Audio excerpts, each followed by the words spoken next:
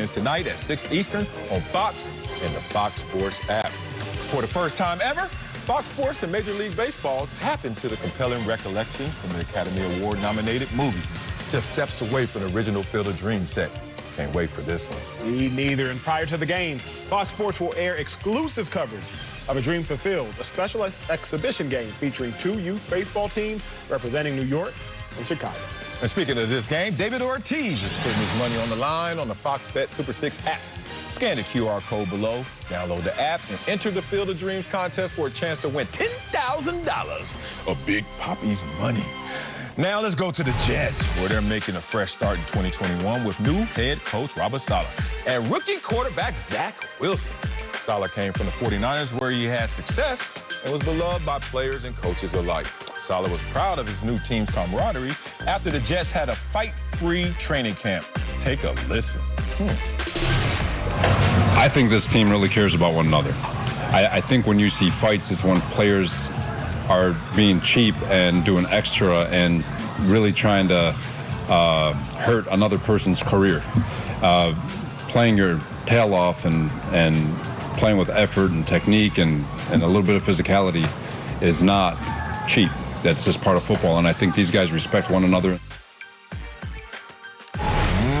Macho. Uh-oh. I don't know about this one. What are your thoughts on Robert Saleh saying that a fight-free training camp proved players respect each other? I love Robert Saleh, but I do not think he's right here. This is probably about to be the most authentic and real segment of TV y'all see today. Bruh. If you're not cheating, you're not trying. Point blank, period. If you ain't cheating, you ain't trying. Real talk. In the game of football, Sal, especially in training camp, I got to see how much I can get away with. Okay. That is the objective, particularly in training camp. If I'm a defensive lineman, a defensive end, how much can I jump the count until they throw the flag and say offside? If I'm a linebacker, how much can I get away with holding that running back as he runs this route until the refs throw the flag? If I'm an offensive lineman, how much can I hold that defensive lineman until somebody says something? It's all about finding the limit. But the only way you can find the limit is if you cross it. Once you cross the limit, that's when you know, okay, they got me. Can't go any further than that. Crossing the limit is what leads to a fight.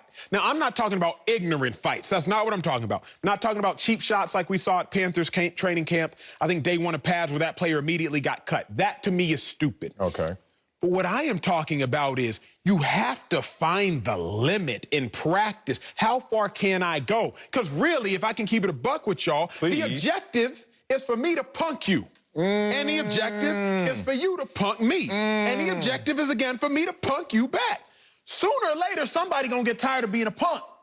And that is when fights occur, particularly in training camp. In training camp, it's not a matter of the players respecting each other. You got to earn your respect.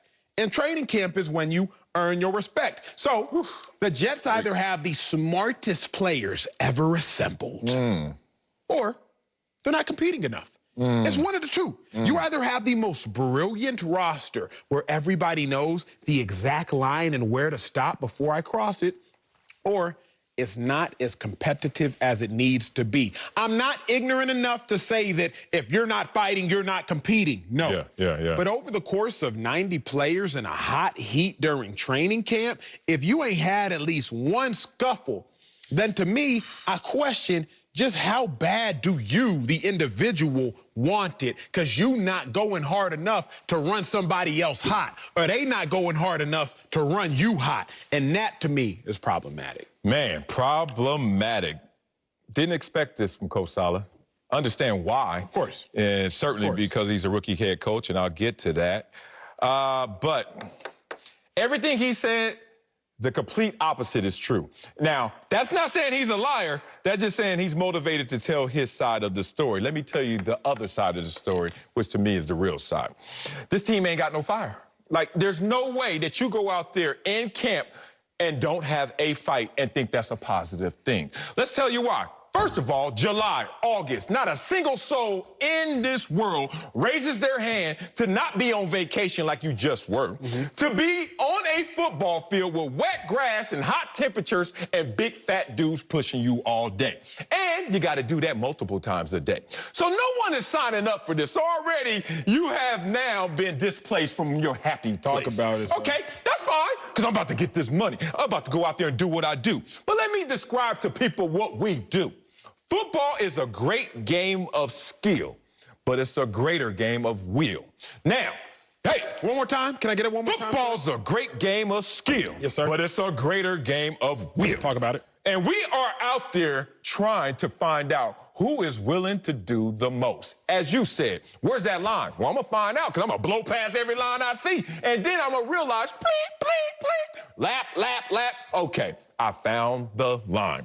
Here's the thing. You fight in camp because you want to prove yourself so badly. Get that opportunity. Get that check. Get that dream fulfilled. You want to prove yourself so badly, and there's resistance. There's another dude, 5-star, just drafted. Okay, I got him in experience. There's another dude, veteran, multi-time All-Pro. He got you in every way. And you sitting there in the middle, how to fight for your life and your livelihood. And you ain't gonna fight. So you're fighting for your job and you're fighting for your life, but there are no fights. Boy, stop. Makes no damn sense. If you look at it from this respect, to play football, you gotta leave normalcy. You gotta go to that special place. You gotta go psycho. Y'all think they have on them Beats headphones and be doing all this and all that just because they feel cool? No, they know they got a lot of themselves. They gotta become some superhero in their own mind before they could go out there and just do the normal things. Robert Saleh, you've been around the game too long. I understand why you're saying it this way, but you know what the real is. Of course, Sel, football will turn cast us not fighters into fighters. Hell yeah. Your boy not a fighter. Not a fighter. Same. But your boy will throw them hands on the football field real quick if need be. And it's not just you for fighting's sake, but sometimes you just have to make a point. I remember my coach, Will Muschamp, he was a defensive coordinator for the Miami Dolphins. He coached a great linebacker, Zach Thomas. I'm sure you know Zach Thomas. Peace. Zach Thomas was a dog. Peace. Zach Thomas, I believe, was 34 years old, if I'm regurgitating the story correctly. And Zach Thomas was leaving training camp. He had just finished fighting a rookie. 34-year-old, multiple-time Pro Bowler Zach Thomas just fought a rookie on the first day of training camp. Will Muschamp puts his arm around Zach Thomas, walking back into the locker room, says, now come on, Zach. Like, you're a veteran. Like, why'd you fight that rookie? Zach Thomas said this. It stuck with me for the rest of my life. It actually influenced me my senior year. He said to Will Muschamp, he said, Coach, he was holding me. And if I fight him the first time he holds me, every time he holds me, he's going to think he has to fight me. He ain't going to hold me again. Zach Thomas wasn't fighting for fighting's sake, but he was fighting to make a point. You hold me. If you hold me, I'm going to fight you. Yeah. So now every time you hold me, you're going to have to ask yourself, do I want to fight this dude? And the answer will not always be yes.